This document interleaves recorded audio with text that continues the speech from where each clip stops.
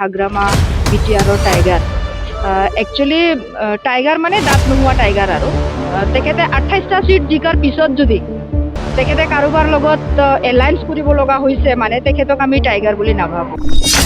যিসকল হাৱাত আহিছিলে সেইসকল BPFৰে আছিলে, তো তেওঁবিলাকে উৰি গ'ল। অৰ্থাৎ মই ক'ব খোজোঁ পাতন উৰিবই আৰু ভাল চিটবিলাক সদায় থাকি যাব। তো পাতন উৰাত আমাৰ একো ক্ষতি নহয়। নমস্কাৰ, আজি এই সুযোগ দিয়াৰ কাৰণে মই আপোনালোকক ধন্যবাদ জ্ঞাপন কৰিছোঁ। জুনুৰাণী বৰদচা আমাৰ দলত ভাল দায়িত্বত আছিলে, মহিলা মৰ্চাৰ সভানেত্ৰীৰ দায়িত্বত আছিলে। কথাটো হ'ল দলত অহা যোৱা থাকেই, এতিয়া নিজৰ নিজৰ চইচ। হয়তো তাইৰ এটা অনুভৱ হ'ব পাৰে আমাৰ চৰকাৰ নাই কাৰণে নাথাকিব পাৰে, নিজৰ নিজৰ চইচ। দলততো অহা যোৱা থাকিবই, ৰাজনীতিত তেনেকুৱা হৈয়ে থাকে, এইটো আমাৰ কাৰণে ডাঙৰ কথা নহয়। হয়, হয়, আজি আমি 45 নং ভেৰগাঁও বিধানসভা LAC হয় দুটা কাৰ্যালয় ষ্টাৰিং কমিটি অফিচ আমি ইনাগৰেশ্যন কৰিলোঁ। এটা ভেৰগাঁও মানে টাউনত আৰু এটা খাগ্ৰাবাৰীত। আৰু খুব সুন্দৰকৈ ভাল গেডাৰিং আছিলে, অফিচ ইনাগৰেশ্যন সুন্দৰকৈ হৈ গ'ল। আৰু 45 নং ভেৰগাঁও সমষ্টিত আমি উইন হ'ব গৈ আছোঁ। ভাল খবৰ, যিহেতু আমাৰ ইয়াতে প্ৰাক্তন EM এজন আছিলেই, আপোনালোকে গমেই পায়, তেখেত দাওবৈচা বড়ো। এইবাৰো তেখেতে MCLA হিচাপে ইয়াতে জিকিবলৈ সক্ষম হৈছে। চ' আমাৰ যিখিনি হোল্ড আছিলে সেইটো আছেই। আৰু যিহেতু এতিয়া UPPL হয়, আমি নিৰ্চন বড়ো ছাৰক কেণ্ডিডেট হিচাপে দিছোঁ আৰু তেখেতে জয়ী হোৱাটো নিশ্চিত আমাৰ ভেৰগাঁও সমষ্টিত।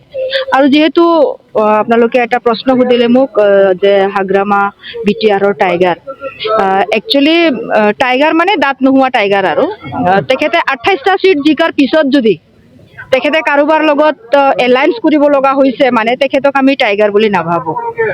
আমাৰ আজিৰ তাৰিখত 3জন MP আছে। বহুত মিডিয়াত ওলাই আছে মানে যে প্ৰমোদ বড়ো হেনো পদৰ লোভী।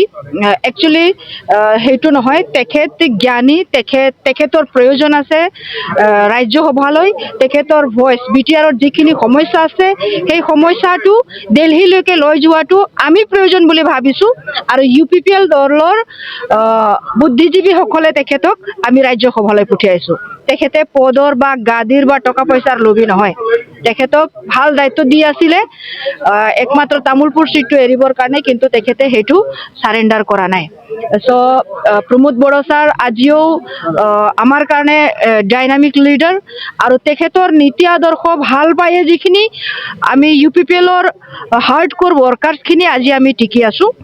আৰু যিসকল হাৱাত আহিছিলে সেইসকল BPFৰে আছিলে, তো তেওঁবিলাকে উৰি গ'ল। অৰ্থাৎ মই ক'ব খোজোঁ পাতন উৰিবই আৰু ভাল চিটবিলাক সদায় থাকি যাব। তো পাতন উৰাত আমাৰ একো ক্ষতি নহয়। যেনেকুৱাকৈ আপোনালোকে ক'ব খোজে মানে BPFৰ যিখিনি বাঘা বাঘা নেতাবিলাক UPPLত আহিছিলে আৰু তেখেতে উৰি গ'ল, তো সেইটো আমাৰ কাৰণে ফেক্টৰ নহয়। তেওঁবিলাক আহোঁতেও আমি যিহেতু যোৱাবাৰ লুজাৰ হ'ব লগা হ'ল, তো তেওঁলোকে থাকিলেও আমাৰ একো লাভো নহয়, তেওঁলোকে নাথাকিলেও যে আমাৰ কিবা লোকচান হ'ব সেইটো নহয়। আমাৰ যিখিনি পুৰণা হাৰ্ডক'ৰ যিখিনি ৱৰ্কাৰ্ছ আছে তেওঁবিলাকে নিজৰ স্থিতিত অটল আছে আৰু ভালকৈ কাম কাজ কৰি আছে।